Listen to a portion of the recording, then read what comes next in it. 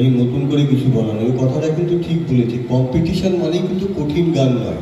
একটা কঠিন গান গাইলে খুব ভালো দেখানো যাবে এমনটা নয়, একটু সহজ যে গাইছে তার উপযোগী গান সিলেক্ট করলে ভালো হয়। বাকি কিন্তু অসম্ভব ভালো একটা কম্পিটিশন আমরা দেখলাম, এবং আমাদের সত্যি কথা বলতে কি বিচার করতে বেশ কষ্টই হয়েছে এবং অনেকক্ষণ ধরে ভাবনা চিন্তা করতে হয়েছে। তবুও এই 10 জনের কথা বলতে হয়, 10 জন হয়েছে আজকে। কিন্তু একটা কথা প্রথমেই বলি সবার তরফ থেকে, আমরাও ছোটোবেলায় কম্পিটিশন করেছি, এরকম প্রতিযোগিতায় নেমেছি। আজকে হয়তো যে কম্পিটিশনে কিছু হলো না বা একটু পজিশনটা খারাপ হলো, তার মানে সে গাইতে পারে না এমন নয়। আজকে হয়তো অতটা ভালো গাইতে পারেনি, আজকে হয়তো তার মনটা অতটা ঠিকঠাক ছিল না, বা আজকে যতটা গেয়েছে যদি নিবিড় অনুশীলনে থাকে আগামী দিনে আরো অনেক ভালো গাইতে পারবে। অর্থাৎ একটা দিনের পরিপ্রেক্ষিতে যে কে ফার্স্ট সেকেন্ড থার্ড হলো বা ফিফথ সিক্সথ হলো, এই দিয়ে কিন্তু বিচারটা ঠিক নয়। আমরা আজকে তাৎক্ষণিক একটা বিচার করলাম, কিন্তু এটাই জীবনের সব নয়, এটা কিন্তু মাথায় রাখতে হবে। প্রতিযোগিতা শুধু একদিনেরই প্রতিযোগিতা।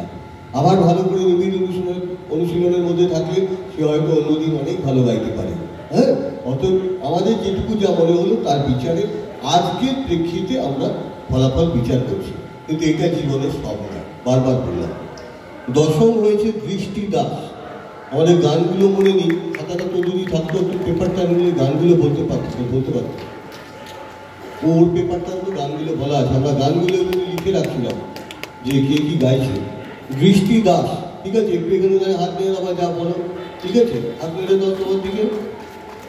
ঠিক আছে, তারা রইল মুখ কপাট গিয়েছিল একদম একদম সিধে সাদা। দৃষ্টি দাস যদি থাকো মঞ্চে চলে এসো, মঞ্চের পাশে চলে এসো। দৃষ্টি দাস 9 নম্বর ভারী মনোরম গান গিয়ে শুনিয়েছে মায়াঙ্ক সাহা। হ্যাঁ, মায়াঙ্ক সাহা চলে এসো। মাইকটা হাতে ধরেছিল কিন্তু, হ্যাঁ মনে আছে তো, ধরেছিল। হ্যাঁ, একদম এক্সপার্ট। 8 নম্বর হয়েছে ঈশ্বনা গুরু ঠাকুরতা, খুব ভালো গিয়েছে। এই 10 জন যাদের বলছি তারা খুব ক্লোজ, কিন্তু খুব ভালো, মানে কম নম্বরের ডিফারেন্স। ঈশ্বনা গুরু ঠাকুরতা, ঈশ্বনা গুহ ঠাকুরতা যদি থেকে থাকো মঞ্চে চলে এসো। ঈশ্বনা গুহ ঠাকুরতা যদি থেকে থাকো মঞ্চে চলে এসো। মধুমালতী যাকে বলে গেছিল নাকি, মধুমালতী আচ্ছা চলে গেছে মনে হয়, যাই হোক। 7 নম্বরে আছে রোহন ব্যানার্জি, এ তো মনে আছে গানটা গিয়েছিল কি যেন, আকাশ কেন দেখে। বাহ, রোহন ব্যানার্জি, রোহন ব্যানার্জি বোধহয় চলে গেছে। 6 নম্বরে একদম প্রথম গিয়েছিল সুস্রষ্টা দাস। সুস্রষ্টা দাস, সুস্রষ্টা দাস একটা পোক গিয়েছিল। চলে এসো। আচ্ছা, না না না, 5th হচ্ছে আরশি সরকার। আরশি সরকার, 5th আরশি সরকার চলে এসো। তুই কি গিয়েছিলিস কেন? ওলিরও কথা শুনে গিয়েছিল, মিষ্টি করে গিয়েছিল। 4 নম্বর হচ্ছে এই লাস্ট গাইলো আমরুষা সাহা। হ্যাঁ, পোকটা খুব ভালো গিয়েছে। আছে, চলে গেছে নাকি আমরুষা? আছে, চলে এসো এদিকে, এখানে এসো, সোজা চলে এসো। হ্যাঁ, 4th হয়েছে আমরুষা। এবার 3rd হয়েছে, তৃতীয় হয়েছে যে প্রখর তপন তপে গিয়েছিল মনে হয় অনিত মণ্ডল, খুব ফিলিংস দিয়ে গিয়েছিল। এদের নম্বর কিন্তু খুব ডিফারেন্স। অনিত মণ্ডল চলে এসো। হ্যাঁ, প্রখর তপন তাকে, তাই তো, খুব ভালো গিয়েছে। এইটুকু ছেলে এত কঠিন গান গিয়েছে কিন্তু নিখুঁত।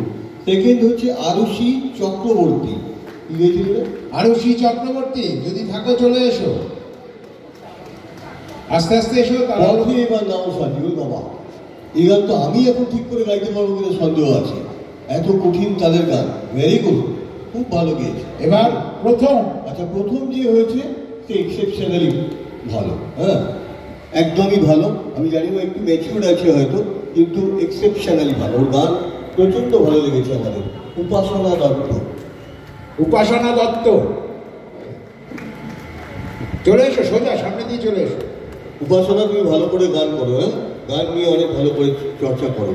এটা ফার্স্ট হয়েছে বলে বিরাট কিছু ব্যাপার নয়, হ্যাঁ, সামান্য ব্যাপার, কিন্তু গান আরো ভালো করে করো। ভীষণ ভালো গান গেয়েছে। গানটা 2টো গানই শুনলাম, একটু পরে আর একটা গান শুনলাম, ভীষণ ভালো, কোনো প্রশ্নই নেই। ঠিক আছে, এই মোটামুটি আমাদের আজকে। তারা যাবে না। হ্যাঁ, একটা ছবি তুলি তুলি